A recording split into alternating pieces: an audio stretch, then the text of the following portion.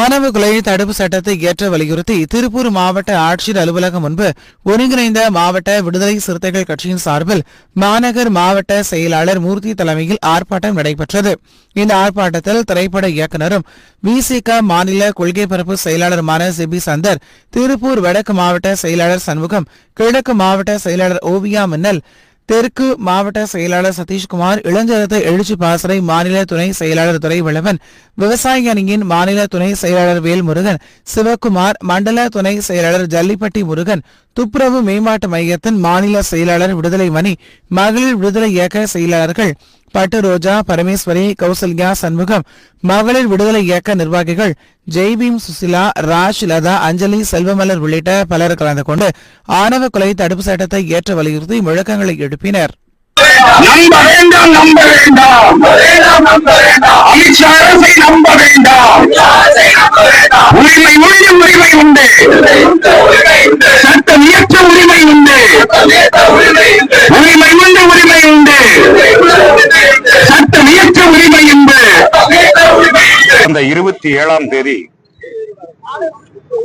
நெல்லையில் படுகொலை செய்யப்பட்ட மென்பொறியாளர் கவின் செல்வ கணேஷ் அவர்களின் அந்த கோர மரணம்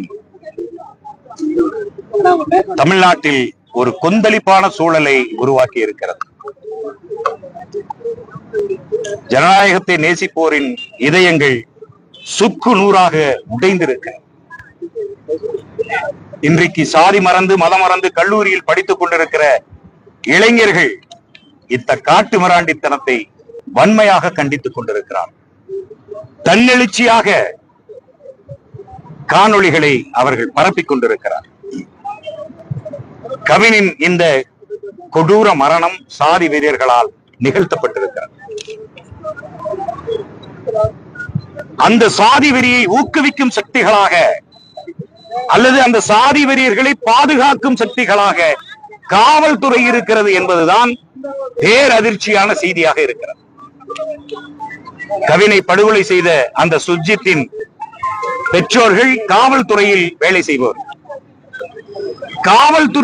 துறையில் இருப்பவர்களே இந்த படுகொலையில் சம்பந்தப்பட்டிருக்கிறார்கள் என்று எஃப்ஐஆர் பதியப்பட்டிருக்கிறது. அந்த எஃப்ஐஆரின் பிரகாரம் ஏன் அவர்கள் கைது செய்யப்படவில்லை? தகப்பன் மட்டும்தான் கைது செய்யப்பட்டிருக்கிறான், தாய் ஏன் கைது செய்யப்படவில்லை என்பதெல்லாம் ஆழ ஆழ கேள்விகள் உயர்ந்து கொண்டே இருக்கிறது. ஆக இதற்கெல்லாம் தீர்வு என்ன என்பதை ஆலோசித்து சிந்தித்து இந்த ஆணவ படுகொலைகளை தடுப்பதற்கு சட்டம் இயற்ற வேண்டும், தனி சிறப்பு சட்டம் இயற்ற வேண்டும். ஆணவ கொலை தடுப்பு சட்டத்தை தமிழ்நாடு அரசு இயற்ற வலியுறுத்தி கள்ளக்குறிச்சி மாவட்டம் டாக்டர் அம்பேத்கர் சிலை அருகில் விசிக தெற்கு மாவட்ட செயலாளர் வழக்கறிஞர் கூத்துக்குடி மதியழகன் தலைமையில் ஆர்ப்பாட்டம் நடைபெற்றது.